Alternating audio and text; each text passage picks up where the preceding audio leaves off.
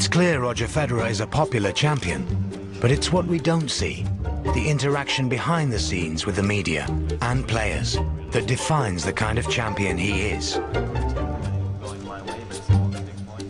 What you see is what you get. I think, as someone once said, he's just a normal superstar, and there aren't that many of those around. He just handles himself really well as a person.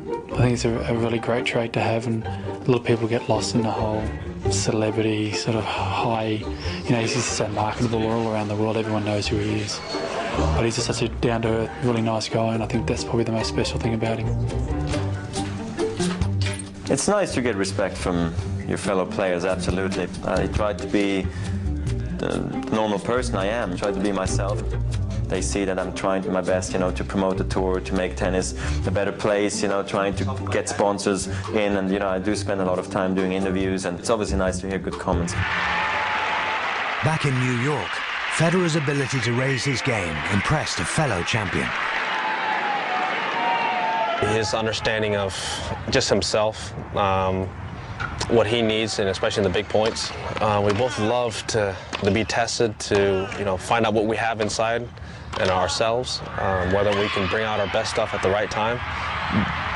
That is a rush, and it is a rush to play your best in the biggest events, and to have, you know, your game peak physically and mentally in the biggest events.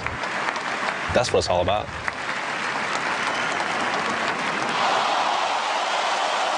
A pattern was emerging. Victory in Melbourne proved that mentally, many opponents were beaten before they were even on court. But every champion has a nemesis.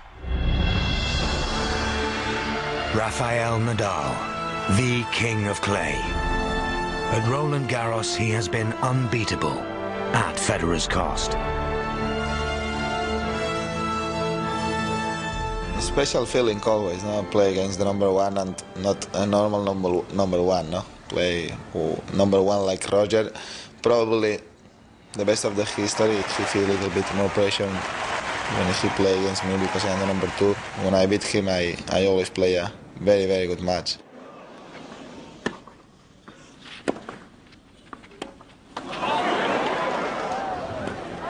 Always beat him in one Grand Slam is a special feeling because he's an unbelievable player. To win against Roger or against the number one is always a little bit of special signification.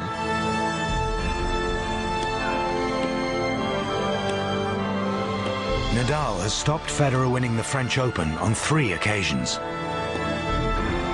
I'll try everything I have in my power to achieve my goal there, my ultimate goal, to win the French Open as well, because I know I got the game, and this is very important that you know that you have it. I think he's gonna win, but if he finds that doesn't happen, in my opinion, he's the best.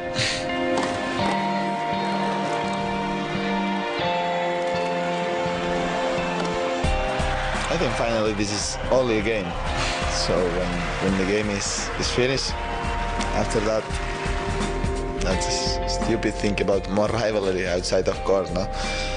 It's a lot of more important things than tennis or life. So in these moments, the tennis is a very important part of our life, but after the tennis we have our life too. I've played Nadal now on many occasions. I admire him a lot for his game and you know what he's achieved in his young ages already. And I've had some phenomenal matches against him.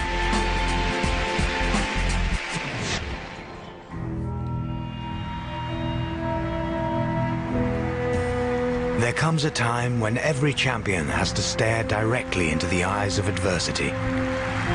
At the 2007 Wimbledon final, the future of tennis hung in the balance. Roger was aiming to equal Bjorn Borg's 5 in a row.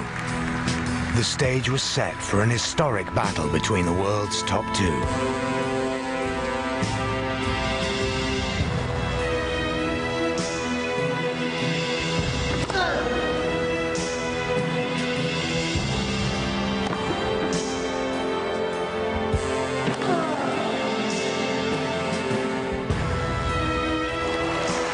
All the components were there. You're playing this guy who suddenly has got it as far as grass is concerned. The script could not have been better. The number one against the number two, and Nadal was brilliant.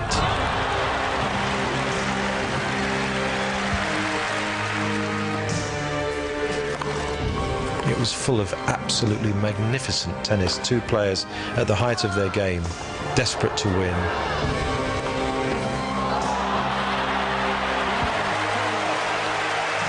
You had it with Borg and McEnroe, that's for sure. But I just think there's an extra element to the fact that Nadal, especially at Wimbledon now, he so desperately wants to win it.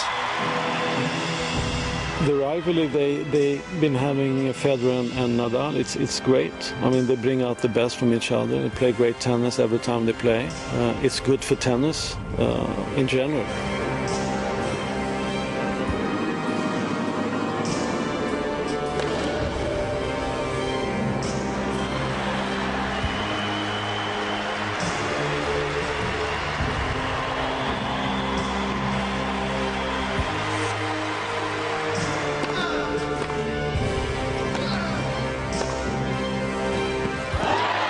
Federer was taken to a fifth set for the first time in his Grand Slam final career.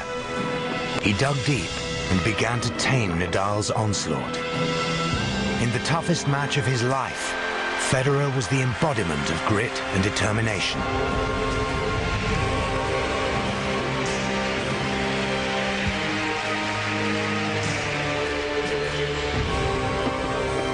After 5 grueling sets, Federer's moment of victory had come.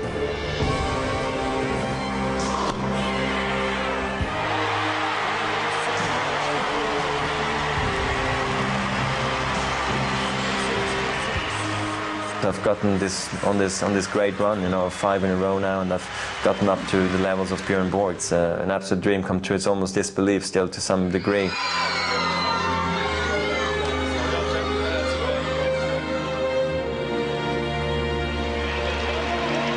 2 months later in New York, Federer signed off on another momentous year with a winning performance at Flushing Meadows. His 4th US Open title brought his current Grand Slam tally to 12. The bit mystery, who was the greatest of all time? Is it Rod Laver? Is it Pete Sampras? Who is it, What do you need to win to become the greatest of all time? All I can do is give my best, and I think we should then judge my career at the very, very end and see where I'm at.